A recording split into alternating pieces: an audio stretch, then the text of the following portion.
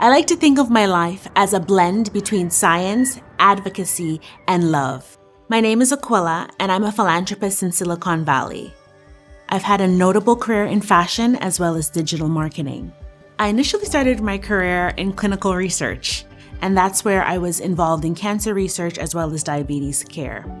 I also have the awesome privilege of being a long-distance caregiver to my mom who's suffering with Alzheimer's. I live in California and she's in Toronto, Canada. My mom was the first entrepreneur that I have ever encountered. She is the ultimate creative, dressmaker, cake maker, community-driven leader, and all of this was used to help power those and support those around her.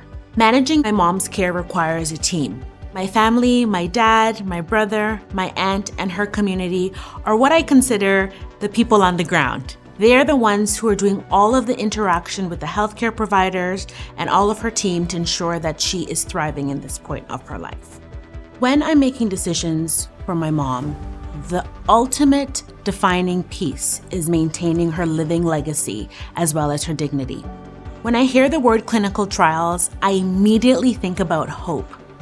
Inclusivity in clinical trials is very important. The Black community in the past has had historical issues with mistrust in the healthcare system, and building that trust is really important for their involvement in clinical trials. Unfortunately, my mom has not participated in a clinical trial.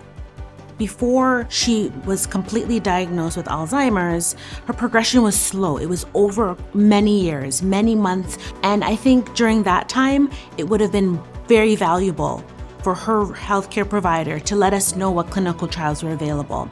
And I think that would have made a difference. Communication is everything.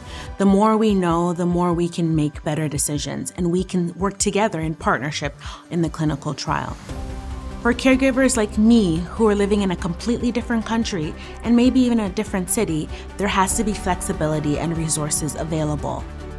To feel supported in a clinical trial from start to finish would have to include the entire community, the caregiver, yes, the patients, but all of the people who support her. Understanding that there's language that goes into being a part of a clinical trial and being able to communicate that.